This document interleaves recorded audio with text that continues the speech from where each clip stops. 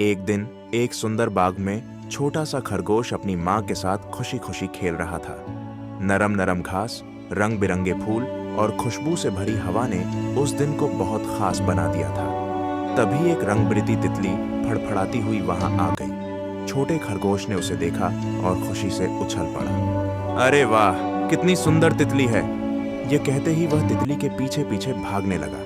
तितली उड़ती रही और खरगोश भी दौड़ता रहा। वह खेलते खेलते इतना दूर निकल आया कि उसे अंदाजा ही नहीं रहा कि वह कहाँ पहुंच गया है। अचानक उसने रुककर इधर उधर देखा। पेड़, पत्ते और खामोशी। माँ कहीं नजर नहीं आ रही थी। माँ, माँ, आप कहाँ हैं? छोटे खरगोश की आंखों में आंसू आ गए। तभी एक गिलहरी आई। तुम इतने उदास क्यों हो छोटे दोस्त? खरगोश ने रोते हुए कहा। मैं अपनी माँ को खो बैठा हूँ। गिलहरी बोली, चिंता मत करो, हम मिलकर उन्हें ढूंढ लेंगे। फिर एक बंदर आया। उसने खरगोश को एक केला दिया।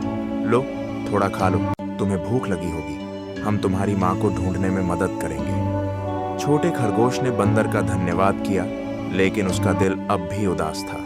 तभी जंगल में एक आवाज गूंजी। बेटा, बेटा खरगोश, कहाँ हो मेरे लाल? यह आवाज सुनकर खरगोश की आंखों में चमक आ गई। माँ, ये तो मेरी माँ की आवाज है।